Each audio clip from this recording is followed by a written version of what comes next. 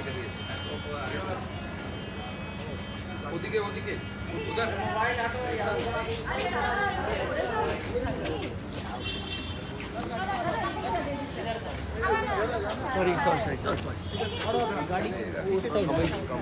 বন্ধ করে বন্ধ করে একটু পিছিয়ে চলিয়ে वहाँ ठंडा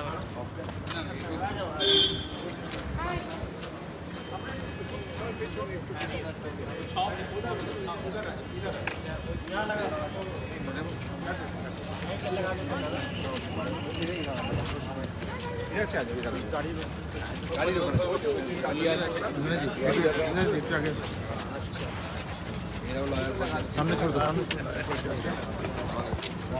आइए आइए सब दादा के पीछे दादा এখানে পড়ে सेट कर लो आप मैडम मैडम मैडम थोड़ा हल्का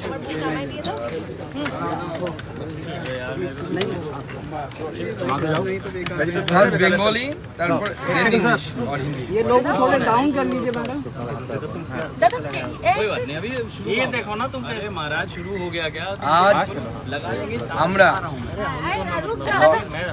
লয়ার ফর জাস্টিসের পক্ষ থেকে আমরা তিনজন সাংসদ এবং লয়ার ফর জাস্টিসের যারা সদস্য তারা আমরা এসেছিলাম এবং তার সাথে সবথেকে গুরুত্বপূর্ণ আমার মনে হচ্ছে দিল্লিতে বসবাসকারী বাঙালি হিন্দু সমাজের প্রতিনিধিরা তারাও আমাদের সাথে এসেছেন। তারাও বাংলার বাঙালিদের বাঙালি হিন্দুদের উপর কন্টিনিউয়াসলি ক্রমাগত ঘটে যাওয়া এই যে আক্রমণ, কখনো মোথাবাড়ি, কখনো নওদাতে পরপর দুবার হলো, এক মাসের অন্তরালে বেলডাঙ্গা, কখনো বা দক্ষিণ চব্বিশ পরগনা, কখনো বা দক্ষিণ দিনাজপুর, প্রত্যেকটি জায়গায় এই ধরনের ঘটনা ঘটছে। তার প্রতিবাদে তার বিষয়টি আমরা আজকে এনএইচআরসিকে জানিয়েছি এবং এনএইচআরসিকে তার সাথে আমরা তাদের যে রোল ছিল during the post pole violence তার জন্য ধন্যবাদ জানিয়েছি।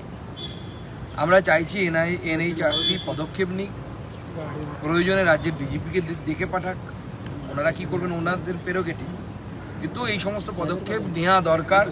বিশেষত আমরা রিকোয়েস্ট করেছি, অনুরোধ করেছি তাদের একটি টিম যেন উপদ্রুত এলাকাগুলোতে যায়, মোথাবাড়িতে যায়, কমসে কম মোথাবাড়িটা এখন হয়েছে, অন্যগুলো তাও শান্ত হয়ে গেছে। মোথাবাড়িতে রামনবমী করতে দেওয়া হবে না এই প্ল্যানিং নিয়ে পুলিশ, ওখানকার এসপি, ডিজিপির নির্দেশে, কারণ আমার কাছে খবর আছে এই মুহূর্তে এসপি ডিএম কিছু করছে না, রাজীব কুমার কলকাতা থেকে সামলাচ্ছে। পুলিশ সূত্রেই খবর আছে আমার কাছে, পুলিশেও তো আমাদের লোকজন আছে যারা বিজেপিকে পছন্দ করে, তারা বলেছে আমাদেরকে যে রাজীব কুমার কলকাতায় বসে নিয়ন্ত্রণ করছে যে মোথাবাড়িতে খগেন মুর্মু ঢুকতে পারবে কি পারবে না, সুকান্ত মজুমদার ঢুকতে কি পারবে কি পারবে না, জগন্নাথ সরকার ঢুকতে কি পারবে কি পারবে না। অথচ সেখানেও স্থানীয় বিধায়ক, কি নাম তার, রহিম বক্সি না স্থানীয় বিধায়ক বিধায়িকা তিনি ঘুরে বেড়াচ্ছেন, সামিনা ইয়াসমিন, তারটা আমি মেনেও নিলাম তর্কের খাতিরে, আবার সে মন্ত্রী, সে 144 ধারা ভেঙে ঘুরে বেড়াচ্ছে, তারটা মেনে নিলাম। রহিম বক্সি যার কথা খগেনদা বললেন, তিনি ডিস্ট্রিক্ট প্রেসিডেন্ট, মালতীপুর বিধানসভার বিধায়ক, সে তার বাড়ি থেকে অত দূরে, অর্থাৎ তার জুরিসডিকশন থেকে দূরে এসে সেখানে ঘুরে বেড়াচ্ছে। সেখানে সুকান্ত মজুমদার, খগেন মুর্মু, স্থানীয় এমপি, ওই জেলার এমপি, তাকে ঢুকতে দেওয়া হচ্ছে।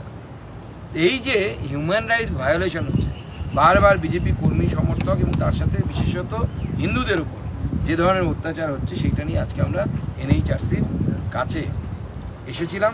লয়ার্স ফর জাস্টিস এই ফোরামের ডাকে তারা আমাদেরকে ডেকেছিলেন যে আপনারা আসুন আমাদের সাথে যান, কারণ ওনারা তো লয়ার্স বা জনপ্রতিনিধি তো নন। তো পশ্চিমবঙ্গ থেকে আমরা 3 জন জনপ্রতিনিধি আজকে উপস্থিত ছিলাম। আমরা এনএইচআরসিকে প্রত্যেকজন সাংসদরা আলাদা করে কথা বলেছেন, প্রত্যেকের ভিউ তারা বলেছেন এবং এনএইচআরসিকে আমরা ধন্যবাদ জানাবো এতটা সময় দিয়ে গুরুত্ব সহকারে শোনার জন্য। আমরা চাই এনএইচআরসি পদক্ষেপ নিক, বাংলার হিন্দুদেরকে বাঁচান। আজ যখন সকাল থেকে আপনাদের কর্মসূচি চলছে, তৃণমূল পাল্টা তারা দিল্লির রাস্তায় নেমেছে, নির্বাচন কমিশন থেকে তারা পার্লামেন্ট পর্যন্ত মার্চ করেছে। তাদের দাবি যে এপিক ইস্যু এই মুহূর্তে বাংলার সবথেকে গুরুত্বপূর্ণ এবং নির্বাচন কমিশন এবং কেন্দ্রীয় সরকার এই বিষয়ে তাদেরকে পদক্ষেপ নিয়ে। দেখুন, প্রথম কথা হচ্ছে কেন্দ্রীয় সরকার ভোট করায় না, ভোট করে নির্বাচন কমিশন। এপিকের যে ইস্যুটা মমতা বন্দ্যোপাধ্যায় এবং তার দলবল তুলছেন, এটা চোখ ঘোরানোর জন্য করছে, ওটা কোনো ইস্যুই নয়। আপনি গুজরাটে থাকেন, আমি বাংলায় থাকি, আপনার আর আমার এপিক নাম্বার সমান। আপনি এসে ভোট দিতে পারবেন আমার ওখানে, ভোটার লিস্টে যদি আপনার নাম না থাকে। এপিক নাম্বার এক হয়ে কী লাভ হবে? কোনো লাভ হবে না। আপনার নাম গুজরাটে আছে, আপনার নাম রাকেশ মেহতা, আপনি বালুরঘাটে 46 নম্বর বুথে আপনার নামই নেই, আপনি ভোট দিতে পারবেন কি করে? অতএব ভোটার কার্ডের 1 নাম্বার হয়ে গেলে যদি দুটো ভিন্ন ভিন্ন রাজ্যে হয়, তৃণমূল তো ওটাই তুলছে, কোনো ইস্যু নেই। আরে বাবা, অত যদি দম থাকে, স্বচ্ছ ভোট করাতে চান আপনারা, কমিশনের কাছে গিয়ে বলুন বায়োমেট্রিক এভিডেন্স দিয়ে ভোটে ঢুকুন। দরজার সামনে যে আঙুলটা লাগাবে আমরা আঙুল লাগাবো, যারটা ম্যাচ করবে সে ভেতরে ঢুকবে, যার ম্যাচ করবে না পুরো বাইরে।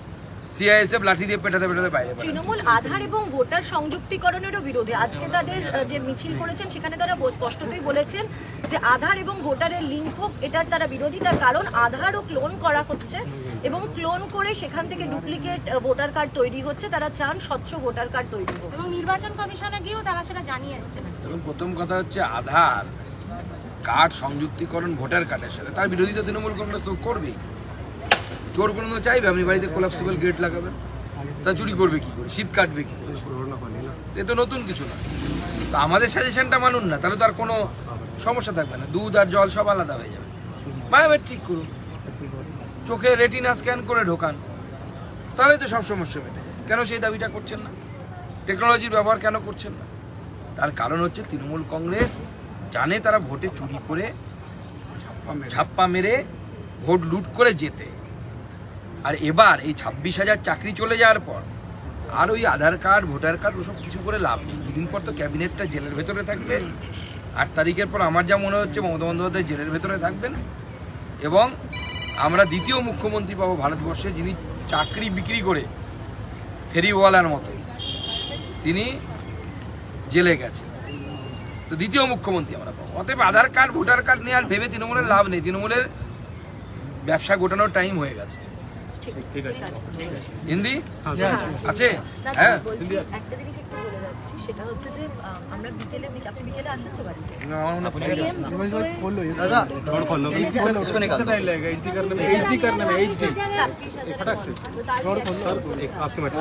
আমার ফ্লাইট আছে,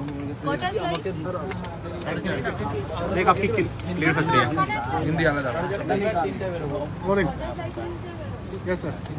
देखिए, आज हम बंगाल में लगातार बढ़ते हुए हिंदुओं के अत्याचार के ऊपर लॉयर फॉर जस्टिस फोरम की तरफ से हम एनएचआरसी के चेयरमैन और उनकी टीम के साथ मुलाकात की। हमने बंगाल में हिंदुओं के साथ घटती हुई जातियों के बारे में, मंदिरों के ऊपर अटैक, मंदिर वैंडलाइजेशन, मूर्तियों को तोड़ना, इस तरीके की जो घटना घट रही है, स्पेशली मोथाबाड़ी में जो मालदा डिस्ट्रिक्ट के मोथाबाड़ी में जो घटना घटी, इसको लेकर लॉयर्स फॉर जस्टिस उनके फोरम के तरफ से हमें बुलाया गया था। हम 3 सांसद, मालदा से खगेन मुर्मू जी, उत्तर मालदा से, रानाघाट से हमारे जगन्नाथ सरकार जी, और मैं बंगाल के बालूरघाट क्षेत्र से सांसद, ये तीनों सांसद उनके साथ यानी लॉयर्स फॉर जस्टिस फोरम के साथ हम एनएचआरसी से मुलाकात किए और एनएचआरसी को अवगत कराया कि बंगाल में एक के बाद एक ऐसी मानवाधिकार उल्लंघन की घटनाएं घट रही हैं।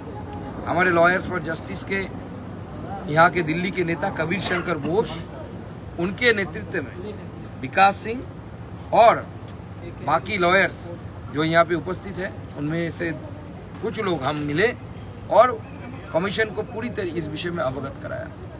और कमीशन के पास हमने गुहार लगाई कि बंगाल के हिंदुओं की हित की रक्षा, तो बंगाल के हिंदू भी मानव है, उनके भी मानव अधिकार है, उस मानव अधिकार की रक्षा करने के लिए कमीशन आगे आए।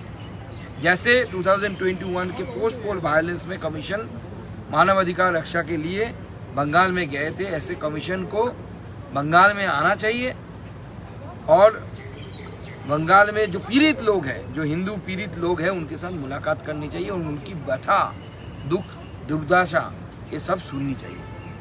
इसके साथ साथ लॉ एंड ऑर्डर को मेंटेन करने में नाकामयाब रही पुलिस प्रशासन के खिलाफ भी हमने बोला कमीशन को कि आप व्यवस्था ले, अगर ज़रूरत हो तो डीजीपी को बुलाइए और डीजीपी को पूछिए कि क्यों बंगाल में एक के बाद एक ऐसी घटना घट रही है। बेलडांगा में घटी 2 महीना 3 महीना पहले, जब कार्तिक पूजा होती है बंगाल में, उस समय मंदिर जला दिए गए, कार्तिक पूजा के पंडाल जला दिए गए, हिंदुओं के घर में तोड़ फोड़ हुई।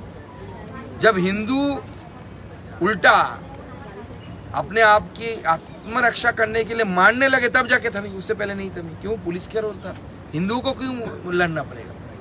ये तो पुलिस का रोल था कि पुलिस को चुप करना था। उसके बाद नौदा में घटी, फिर इस बार नौदा में घटी, मालदा में घटी। रामनवमी में पिछली बार 3-4 जगहों में पथराव हुआ था। इस बार भी क्या होगा हमें पता नहीं, क्योंकि ये सरकार, पश्चिम बंगाल में ममता बनर्जी की सरकार जो है, वो खुद चाहती है कि दंगा हो, खुद चाहती है कि पथराव हो। आप बोलेंगे क्यों, कैसे बोलते हैं? क्योंकि पिछली बार जो भार्डिक्ट आया था हाई कोर्ट का, उस भार्डिक्ट में कोर्ट ने सजेशन दिया था, आपको शायद याद है, कि अगर राज्य सरकार को लगता है कि लॉ एंड ऑर्डर मेंटेन करने में उनको केंद्र की सहायता चाहिए तो आप सेंट्रल फोर्सेस, पैरामिलिट्री फोर्सेस बुलाइए और उसका डिप्लॉयमेंट करिए। लेकिन अभी तक हमारे पास जो इंफॉर्मेशन है, ममता बनर्जी की सरकार ने सेंट्रल से बात नहीं की, चिट्ठी नहीं लिखी कि आप सेंट्रल फोर्सेस दे दीजिए, हम पीसफुली रामनवमी करना चाहते हैं। वो उल्टा प्रोसीड्योर चला रही है, रामनवमी का परमिशन कैंसिल कर दिया। आप कौन होते हैं परमिशन देने वाले? कोर्ट में जाना पड़ रहा है। हाँ, कोर्ट में जाना पड़ रहा है हमें रामनवमी करने के लिए। अब हिंदू अगर अपनी रिलीजियस राइट के लिए कोर्ट का दरवाजा खटखटाएंगे तो इस हिंदुस्तान में क्या होगा? हिंदुस्तान का, हिंदुस्तान का नाम में ही क्या हिंदुस्तान रहेगा क्या? हजारों साल से देश को हिंदुओं ने बनाया, बाकी सब आए रहे, कोई बात नहीं, किसी का कोई विरोध नहीं है। आप रहिए यहाँ पे, आपकी धर्म पालन करिए, लेकिन अगर हिंदुओं को अपने धर्म पालन करने के लिए अगर कोर्ट में जाना पड़ रहा है तो ये बहुत दुख की बात है और पूरे देश के लोगों को इसके संज्ञान लेना चाहिए, एनएचआरसी को भी लेना चाहिए। सर, एक सवाल ये है कि वक्फ बिल जिस तरह से पास हुआ है, क्या दीदी को भी तकलीफ हुई होगी इससे? दीदी को तो तकलीफ है, दीदी का वोट बैंक है, दीदी को बहुत ज़्यादा तकलीफ है। दीदी वोट बैंक को एक नया नोमेनक्लेचर दिया है, आपको पता है ना, दूधेल गाय। दूधेल गाय मतलब बांग्ला में बोली है वो जो गाय जो दूध देती है। बंगाल में एक कहावत है, जो गाय दूध देती है उसका लात खाना भी सही है। प्रॉब्लम ये है, बंगाल में दूध और खीर ममता बनर्जी खा रही है, लात बाकी हिंदुओं को खाना पड़ रहा है। तो आप खीर खाइए, लात आप खाइए, हमें क्या फर्क पड़ता है? आप लात खाइए, लेकिन हिंदुओं को लात खाना पड़ रहा है, ये सबसे बड़ी दुख की बात है, दुख की घटना है। ठीक है।